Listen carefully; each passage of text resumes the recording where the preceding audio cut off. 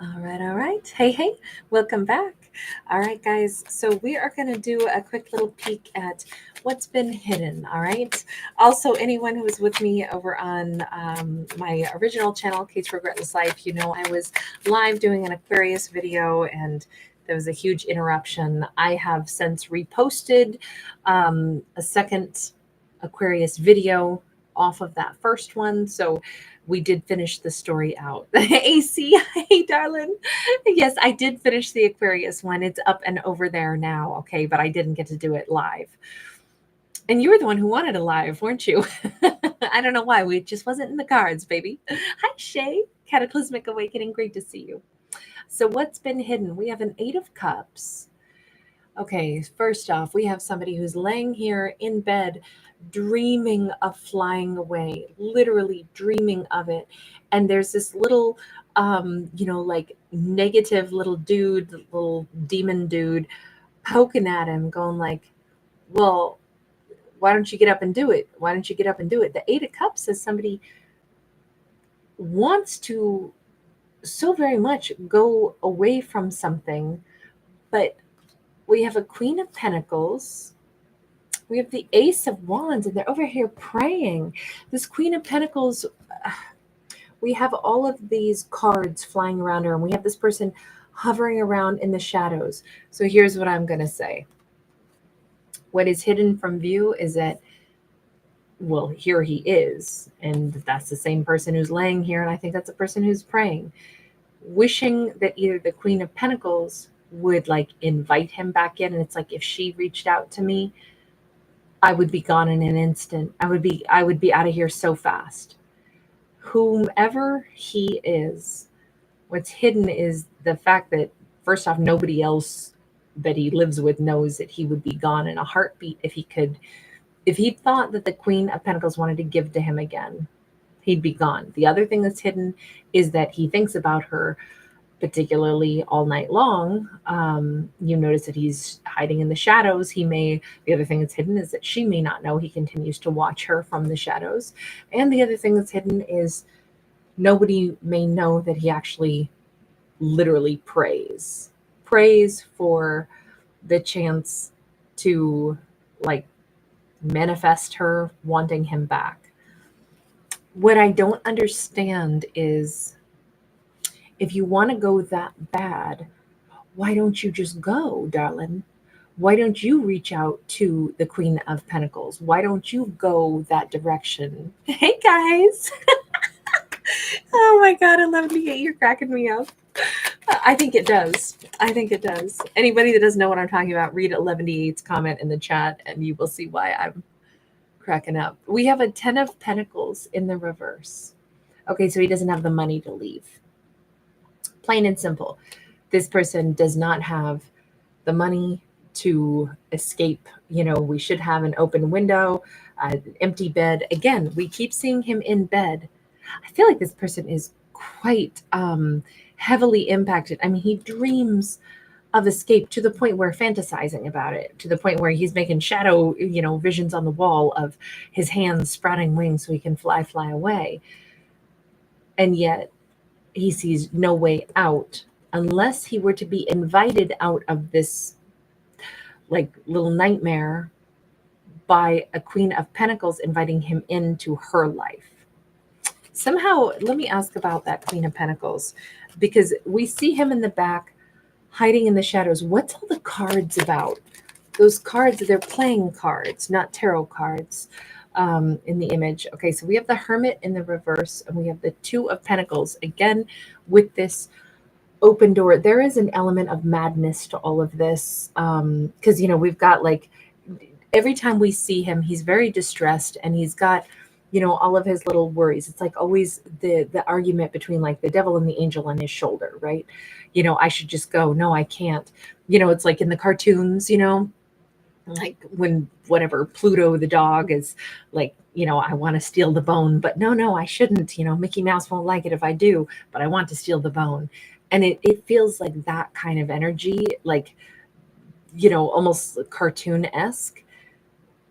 but it's like driving him crazy because he keeps thinking about what he wants to do and doesn't. He wants the Queen of Pentacles, who may be much more financially stable, and he knows it about her, and he wishes that she would reach out to him. She doesn't seem to be doing that, but with the Hermit in the reverse, which would likely be her, because the Hermit would be Virgo, and she could certainly be a Virgo, or a Capricorn or Taurus as a Queen of Pentacles. There's something about like, only she can set me free. You know, there's this element of like needing to open up the door and let the light in, but she's the one with the power to do it. He feels like the door is already kind of open, but then he worries maybe that's just, you know, me imagining that. And he's kind of driving himself mad. That's what I meant when I said there's like this element of madness and going back and forth, because he feels like he could talk to her. He feels like he could step from the shadows and talk to her. But, you know, when we talk about a hand of cards, let's say we're talking about like, you know, a game of, you know, like poker or something, where it's a game of chance and you don't know if you're making the right choice or not. You don't know if you're really picking up the right vibes. You don't really know, you know, are you going to win or are you going to lose? It feels risky. Reaching out to her feels risky, even though there's a huge part of him that thinks that he could, that she's not blocked out and that she's even standing in the light here. He's the only one in the shadow. There's like an element where I believe I could talk to her now. I believe that she's opened up a line of communication. Now, this could be very specific, where maybe at one point in time she had blocked him and she hasn't. She's unblocked him at this point. And there's this chance now. And he's like, but what if she didn't unblock me because it's okay if I were to reach out and talk to her? What if it was an accident? What if it was a, you know, whatever, an electronic flub? What if I've got it wrong? The thing is, she doesn't seem to be reaching out to him, and it seems that he's spending an awful lot of time in a lot of distress. And I guess, to me, he wants to leave where he's at, period. He wants to go. So if for no other reason than he wants to go, maybe he should think about doing the thing that, you know, he's thinking about night and day anyway. Now, we do have to go back, though, to the 10 of coins in the reverse, because this was the prohibiting factor. And I said money, but maybe it's not money. Maybe it's the lack of awareness as to whether or not him reaching out to her would be reciprocated. And it's like, but I don't know why you'd stay where you are if that's not where you want to be anyway. Like, just make a decision for you, character. First and foremost, if you don't want to be where you are, if you dream of being free of where you are, focus on that just for yourself, whether or not it has anything to do with the potential of getting back together or getting into a relationship with the Queen of Pentacles. Start at least focusing on making your own life good would be my thought, instead of saying, well, I only have two choices. I stay where I don't want to be, or I get to be with the Queen of Pentacles. Why do you only have two choices? Why don't you let yourself at least come up with a third of, hey, what is it that I do want? I want the Queen of Pentacles, but if I can't have that, what else would I want? I want to leave where I'm at. You know, to me, I don't understand why he wouldn't be doing that, but we'll get back over there in a second. With this Ace of Wands, he's, you know, on bended knee, sending up a prayer in front of a candle. This is, sorry, I just had vanilla ice, baby. Come into my hand, or coming into my head, because I light up a stage like a candle. Oh my God. All those lyrics are, I'm going to start dancing here in a second. Four of Cups. There's a prayer that he's sending up of, please forgive me. Travis, are you out there? I was just about to quote your girl. Please, please, please. Travis, isn't you who said that you're going to see Sabrina last night? Didn't I see that in the comments? Sorry, but that song just came up into my head now. So that is only because of Travis saying that last night in the chat, though. Four of Cups is the illusion, the mistake. Why did he hang out in the shadows instead of join her in the light? She keeps being in the light. He keeps being in the shadow. It's like he knew where he wanted to go. He knew which door he wanted to pick, but he was too scared to do it once upon a time. And now he's like, I pray in the darkness for the candlelight. the thing that I stayed away from. So he did not choose to be with her when he could have.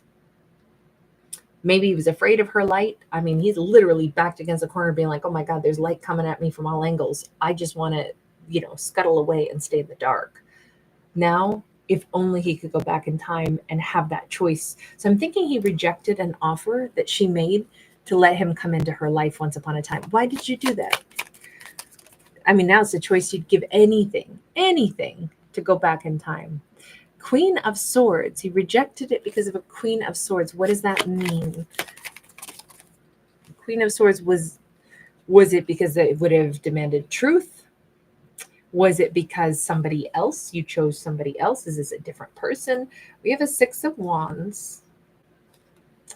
We have a Queen of Wands in the reverse. We have a Seven of Wands. Okay, there we keep seeing. Oh, I picked a complicated deck. We keep seeing so much complication here. So I'm going to say that this Queen of Swords is the Queen of Pentacles. Had he said yes, back when the Queen of Pentacles offered him a chance to step into her life, and I'm going to assume that this was a romantic connection, not like a business connection. Once upon a time, he knew that if I do step into her world, I have to reveal everything about my life to her. There will be no secrets because she's not just the Queen of Pentacles. She's somebody who expects to know me at my depth, at my core. She's someone who would give everything she's got, but she would also expect full transparency. I would never be able to hide anything under a rock. There's nothing I could hide from her. The thing is, he preferred having at least the illusion of being incredibly empowered, right? He may have lied about his whatever proficiency in some area of life. That's a Six of Wands. But even here we can see it's fake. Six of Wands is usually like somebody who feels very successful, very powerful. They can swagger around. I've accomplished this. I do that. I feel very powerful. And that may have been an illusion. The way he projected his own, whatever, like this could be somebody who told a big fish story, right? They embellished quite a lot about what their career path was, about something in their life. This is the difference between one person is actually like the boss and the other person is, like crawling on hands and knees like servant. He may have said he was the boss, blah, blah, blah, when in fact he sees his own self as a servant. The thing is, even if you were trying to be the big boss in the storyline, this feels like such a false premise for a prop. Anyways, like, oh, everybody wants me. I'm the big boss. Other people, clamor and hunger for my decisions and my words. This is also false anyway on this card, that maybe he wanted to impress a Queen of Pentacles, and then he knew if I'm really in her world, she'll realize I'm not really the boss kind. Maybe I'm not. Maybe in their own mind, they're like, I want to act like an alpha, but I know that I'm really not an alpha. Okay, but that's their own issue with how they feel about themselves. And really, wherever that fear comes from is they must have had a real sticky situation with a karmic.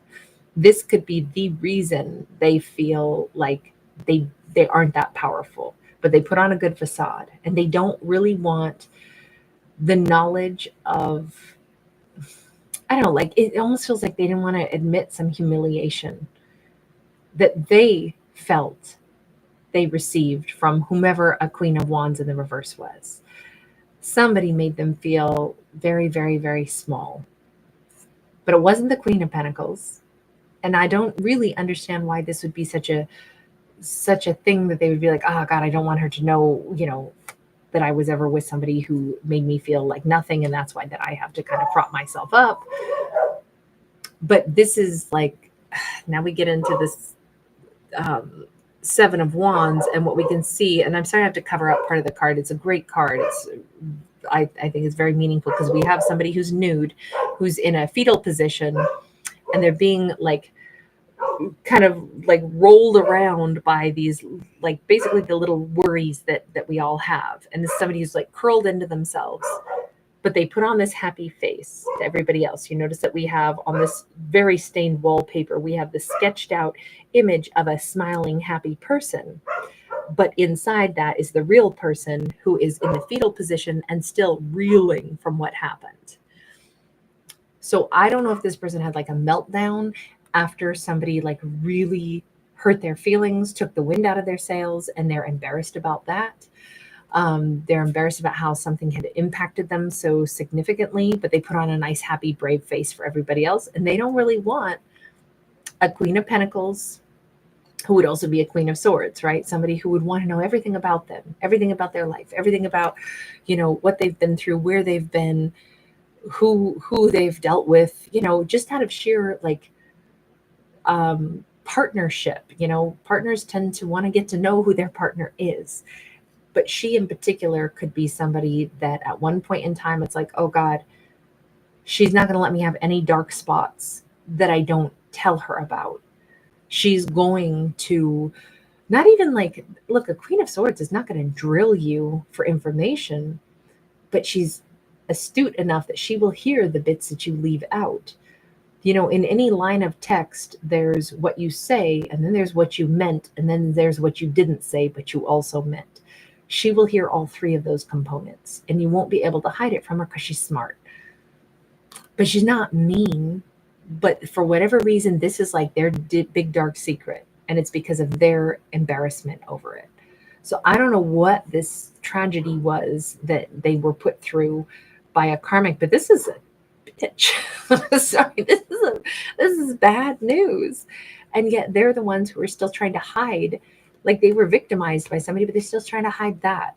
And that's why I feel like that's so sad, because you shouldn't feel embarrassed that somebody else treated you bad.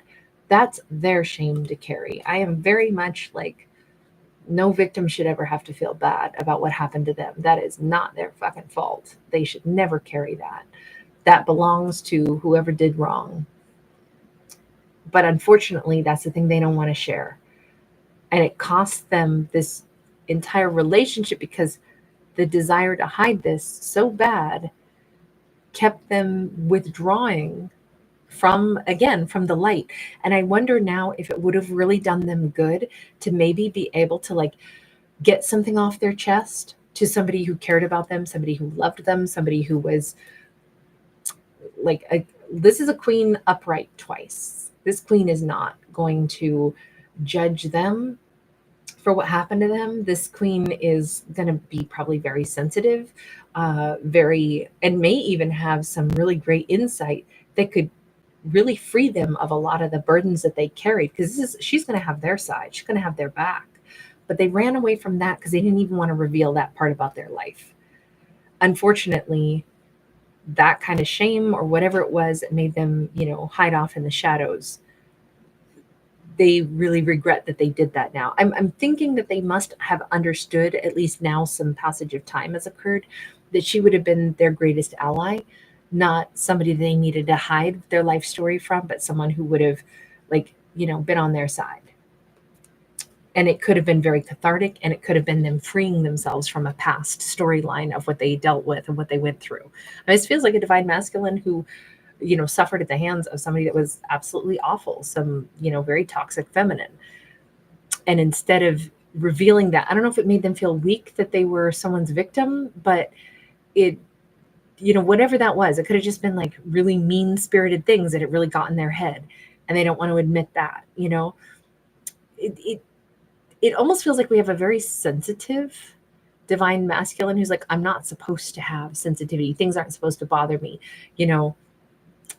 and yet everyone is sensitive. I mean, that's all we are. We're emotional creatures, which is the best part of ourselves in many ways.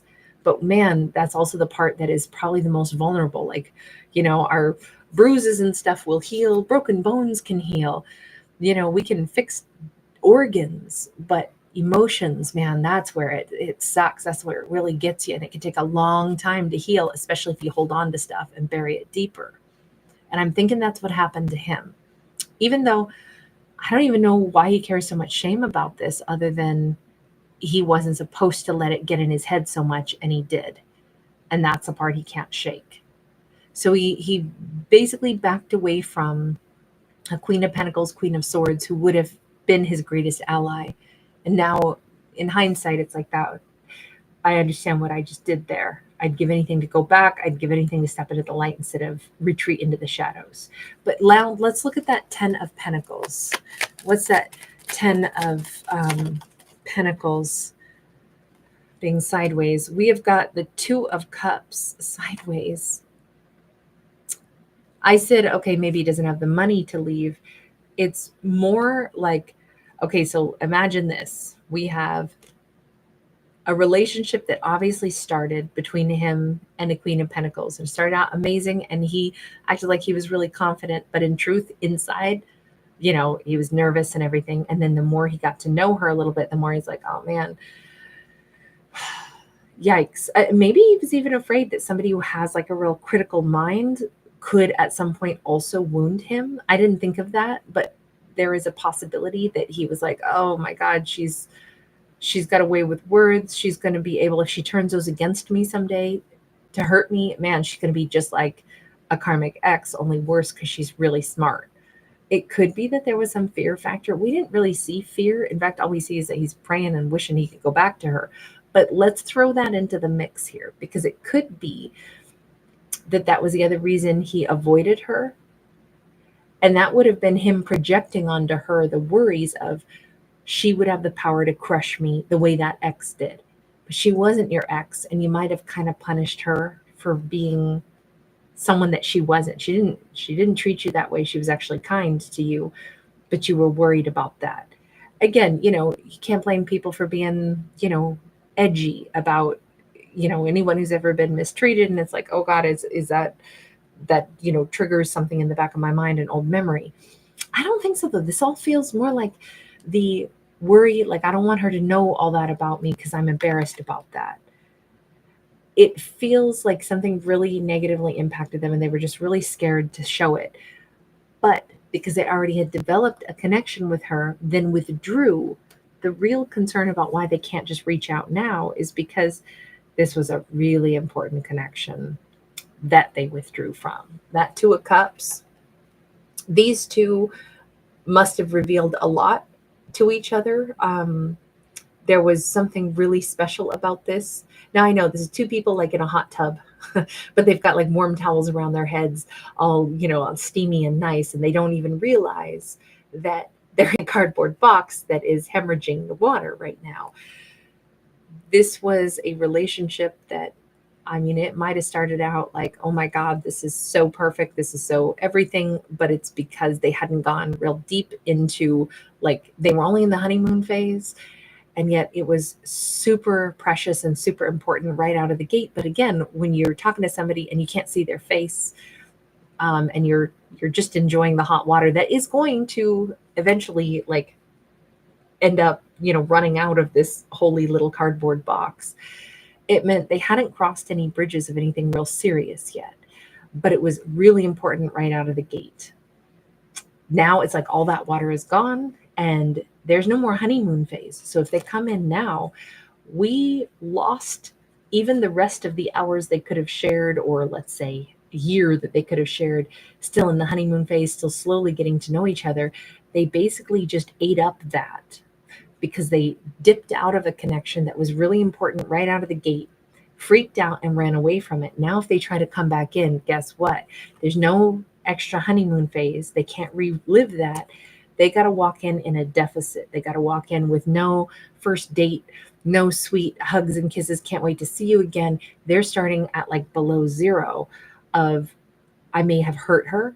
I ran away from her after we shared something really precious and important.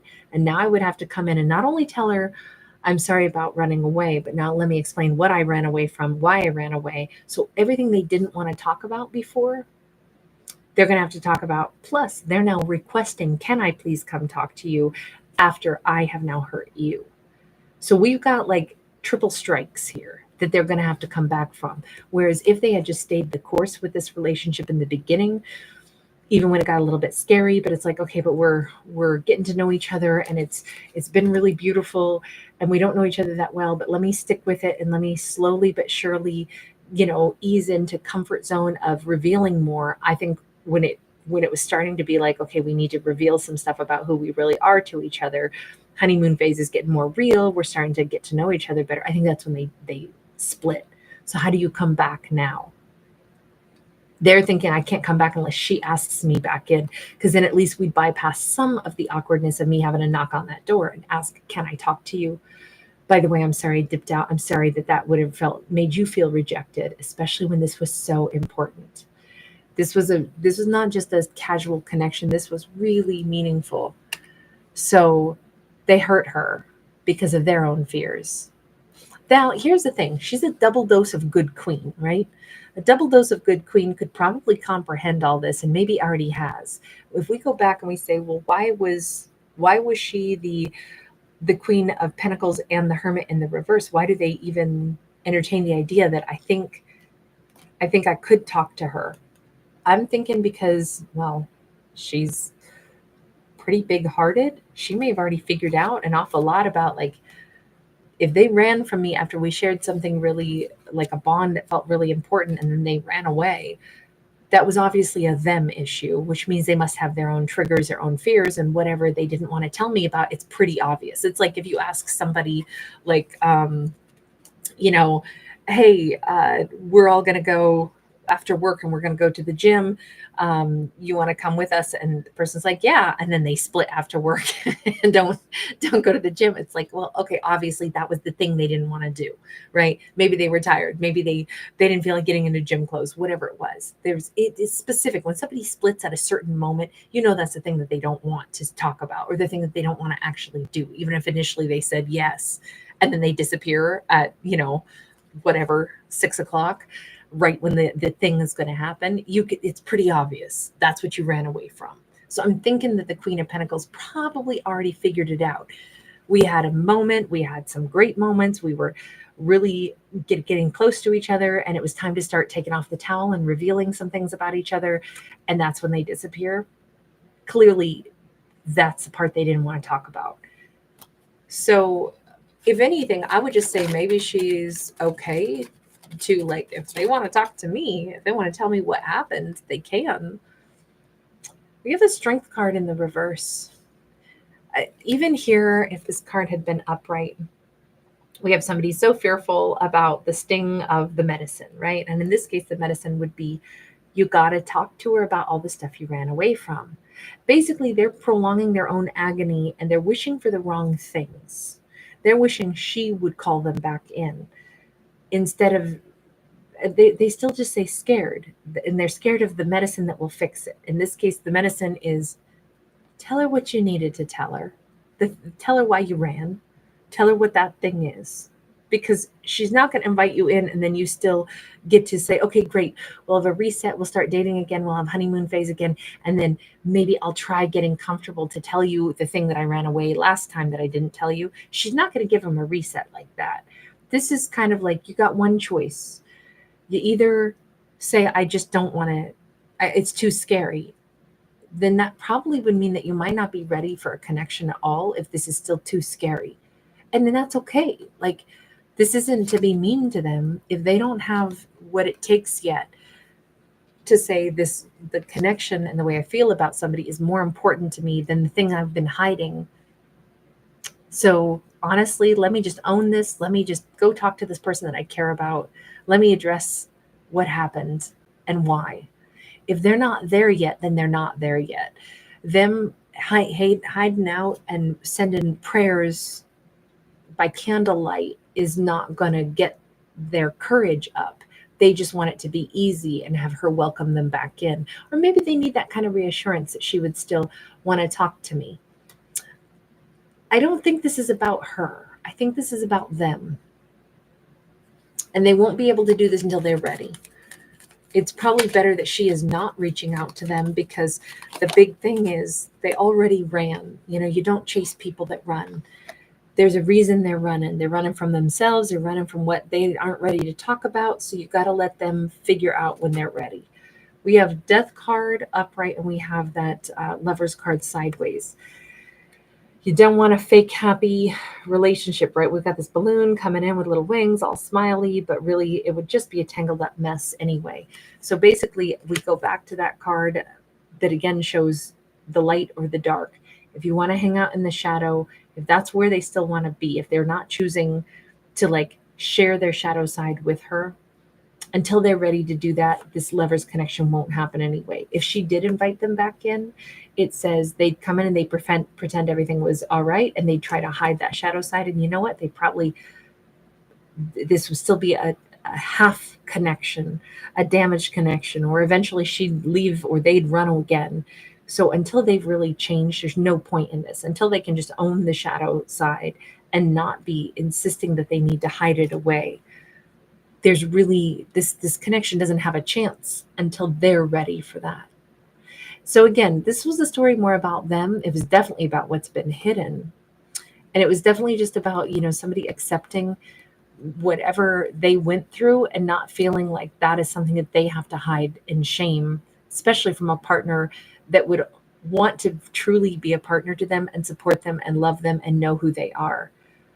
They don't have the option of being with somebody like her and keeping half of their life a secret about, what they've been through and where they've come from. And that is it could be the most beautiful thing. Let me ask this, because I think this is maybe an intriguing question. If they really wanted to keep their what happened to them a secret, then why are they so drawn to her? Why is it that they actually see? I think they're fighting themselves. I think they want to tell her of all people on this earth, the real version of them, the real version of what has happened to them, because I think they already know she would understand and not judge them, but it would actually be like super cathartic for them, and it could be like a real relationship. That's what I think, but I don't know. Let's ask them. Why, if you want to keep it a secret, why would you choose her? Because there's plenty of people that probably won't ask you deep questions. We have the World card, and we have this person. Hang on, she's naked, but she's coming out of a hatched egg. Now, granted, the World card was in the reverse. This is somebody who, it's like, I would love to be free of this. I would love to have somebody tell me that I am not what happened to me, that I would love to see if somebody could love me and I could have a reset button, and the words that somebody else told me about myself, I would love to see if those aren't true in the eyes of somebody else. But I'm too scared to find out. That's what I think this is. They're so drawn to her because they want a new beginning. They want to be reborn again. They want to be hatched back out and feel like whatever took away their power, that's BS, and that they actually are powerful. But they're so scared to find out. I think, what if I tell her all this and then she also thinks I'm not very powerful? So they're I think just scared to go through more of the same, when what they need is a partner who would actually like give them a chance to rewrite their history. So that's the big fear factor. It's almost like I don't think I could handle it if it goes the same way that it went with somebody else. Now, maybe it's as simple as they were madly in love with somebody who treated them like they weren't much of anything, and it really shook their confidence in whether or not they were lovable. Well, newsflash, honey, what do you think you just did to her? What do you think you just did to her? You made it, oh, this is such an amazing connection. This is so meaningful. Bye, peace out, I'm gone. I mean, come on, you just hurt her the same way somebody hurt you.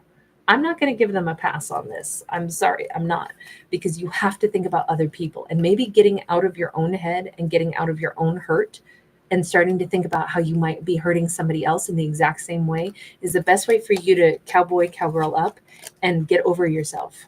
I'm sorry, I know I did not take a very nice, gentle approach, but I'm a little bit like, there's a time for, I always, look, that was my mother speaking through my mouth right now, because my mother, I've always said, is somebody who either gives a mother's love or a mother's shove. I've needed both in my life. I don't always want to hear the mother's shove bit, but it's important. And I think this is one of those moments where all of a sudden I was like, you know what? I'm kind of fed up with this. I don't want to carry this person around like they're made of glass. They're not.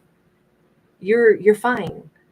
Get over yourself. Who cares if this person was a jerk to you? That's one person. The other woman wasn't bad to you. In fact, she was great to you. That's why you can't stop thinking about her, because you know she was good to you. You also know she's straightforward. You know she's a double dose of queen. Shouldn't that at least stamp out the one bad queen? Like, why do you have permission now to walk around and hurt somebody else that you built a Two of Cups relationship with and then dipped out on? What about how much damage you might have just done to that Queen of Pentacles? But you expect her to be impervious. But you have wounds that someone else didn't treat you good. Well, you didn't treat her good, so no, I'm going to hold you accountable. Only, I don't mean it so mean. I know I sound really rude right now, but putting ourselves in someone else's shoes and imagining how we might have just made them feel, I think sometimes is the only way we can break our own pattern, because this has become kind of selfish. His wound is more important than the wound he just dealt her. Well, you don't understand, though. You don't understand. I do understand that everyone has different experiences, right? And this may not be the same experience at all. But I still don't think that gives you permission to knowingly have opened up a really beautiful connection, run away from it, and then known that you were talking to somebody that was amazing, but never thinking about how you might have just hurt her. That's all. That's all I want from this person. I'm not trying to negate the pain that they've been through, but I'm also not going to negate what they maybe have done to her, because I think maybe they need to think about that. And I think that might help them get their power back. I don't mean it to sound so rude, but I think they could get more of their power back faster if they realize that they should be mindful that what they're doing to her could have caused her a lot of wounds that won't go away so quickly either. So sorry, I'm mouthy. You guys, thank you so much for hanging out. Really good to see you. Jeannie Bell, thank you so much. Thank you so much. Selena Grace, thank you for accepting my sassy. Hallelujah. Hey, baby. Thank you so much. 11D8, you angel. Thank you. Thank you so much. Oh, happy birthday to Frenchie, your little buddy. Oh, happy 10th birthday. Or excuse me, Bark Day. Your Aries is celebrating right now, 11D8. I'm so happy for you guys. 10 years old. Oh my gosh. 11D8, I so wish that I could see a picture of your buddy. I bet he's adorable. That is so awesome, too. You must be feeding that little boy good. 10 years old, all grown up. I bet he's still your baby, though. That's so awesome. You guys, thank you, everybody, for hanging out with me tonight. Sorry this was so late. Anyway, I appreciate you guys. AC, you were waiting for that. I know. I'm so sorry that I didn't get to finish the Aquarius one live. I was really scared that I didn't come back on and do the Aquarius video live because I was really worried that I would have another collapse of the internet. It's been, I swear I've been dealing with this for months now, all this internet stuff. And I have yet another tech coming over now tomorrow morning, because we think we might have narrowed it yet again. Every time that a tech comes out, they tell me it's something different. And so we shall see. But I have great hope. We'll see. Anyway, I feel like a broken record, but trust me, it's really frustrating. So I promise you, to celebrate AC, I will do an Aquarius live, though, and it'll be sometime before this week is out, okay? Hi, Gianna. Thank you so much for being here, love. I know it is the Night Owl Gang. You guys are so awesome. Thank you for hanging. Amongst the Stars, Polka Dot Suzanne. Sweet Liberty, hi. Hi, Sharon. Thank you. Thank you. Nikki Oak, wonderful to see you tonight. Tyranny Dawn, I love it. I love the fact that y'all are now the Hooters, the Night Owls. 11D8, well done. Hi, Danielle. Miss So the Peaceful Observer. Thank you for being here.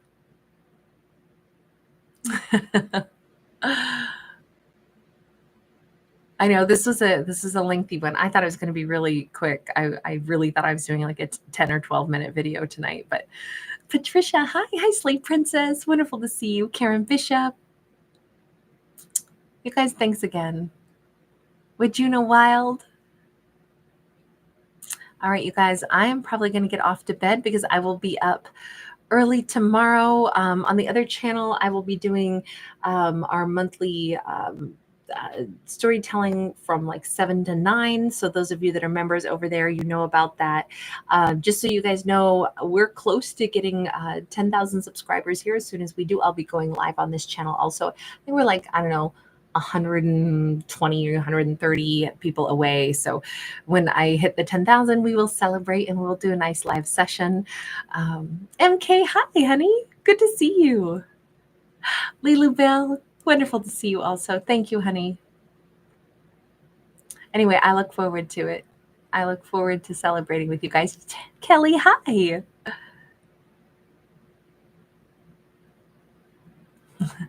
Hi, Caitlin B. Wonderful to see you also, hon.